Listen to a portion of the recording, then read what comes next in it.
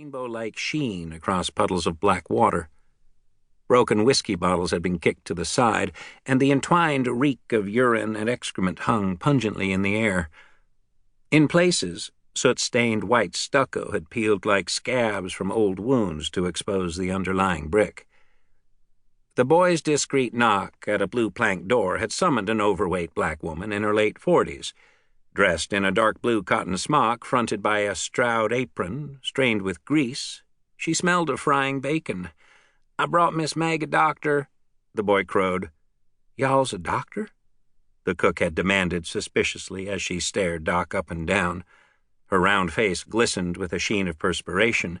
Before he could reply, she added, "Come on in, she'd be down the hall with Eli." Only after passing through the kitchen and entering a velvet-walled hallway had Doc pegged the establishment as a bordello. A rather more sophisticated example of the trade than the shabby cribs a block back from the wharfs, but a house nonetheless. Even as Doc had stopped short in hesitation, Miss Meg had come rustling down the wallpapered hallway. The woman was dressed in crimson taffeta layered with watered silk, her high-piled hair accenting a patrician forehead, angular cheeks, and pointed jaw. She pinned Doc with a hard blue gaze that would have melted iron plate. "Didn't expect anyone this quickly. This way." Not the sort of woman to deny. And he did need the money. Resigned, Doc followed Miss Meg to what appeared to be a cramped closet. Doc could have spit across the room's long axis. The stale air reeked of unwashed human, the stench of corrupt flesh, and old misery. And now he found himself face to face with his patient. A sweating man on the table blinked, swallowed hard. His black eyes darted this way and that, but seemed unable to focus.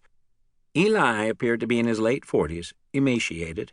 His sunken narrow cheeks and knobby chin sported a 4-day beard. In the amber light cast by the 4 oil lamps set on wall sconces, perspiration gleamed on the man's rounded forehead and around his glassy eyes. He wore only a smudged white shirt. Hairy bare legs protruded from beneath a gray blanket that draped his leg. "Don't you touch that leg! I ain't one of your girls what can be ordered around like a dog." He shifted to free his right arm long enough to shake a finger at Doc, the burning sincerity behind his eyes like a fire of the will. Doc took in the whitewashed, rough-cut walls. A stained plank floor supported the raised table with its hanging leather straps. The stench of rot intensified in the sweltering air. In the lamplight, the man's left leg, swollen, blackened, and stinking, extended beyond the table's edge.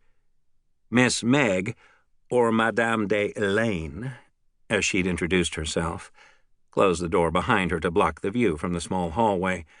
As news of Doc's arrival spread, it had filled with women dressed as tarts who craned their necks to see into the confining room. "What do you think, Doc?" Miss Meg's voice, softer now, was thick with the rasp of whiskey and cigar smoke. Doc pushed a lock of dark blonde hair off his brow and opened his surgical bag where it rested on the room's one rickety wooden chair. With the door closed, the air thickened with burned oil and the cloying smell of gangrene. He needed but one look at the grossly swollen foot to see sharp fragments of bone protruding from a black scab that leaked yellow pus. "Cut that leg and the world gonna go crazy," the man insisted as he began shaking his head in violent swings. "Eli," she told him, "the only thing crazy in here is you."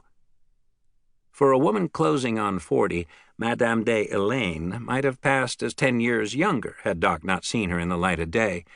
Her makeup had been artfully applied. Her thick black locks were curled, piled up, and held in place with diamond-studded tortoiseshell combs. She'd slipped a no-nonsense apron similar to the cook's over her crimson dress.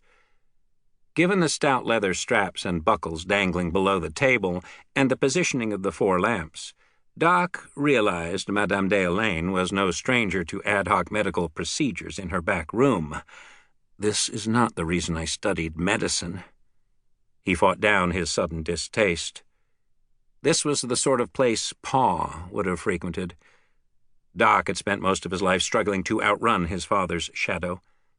The flight had taken him all the way to Boston and the finest medical school in the land. Pa, of course, had paid for the schooling, but Philip had always...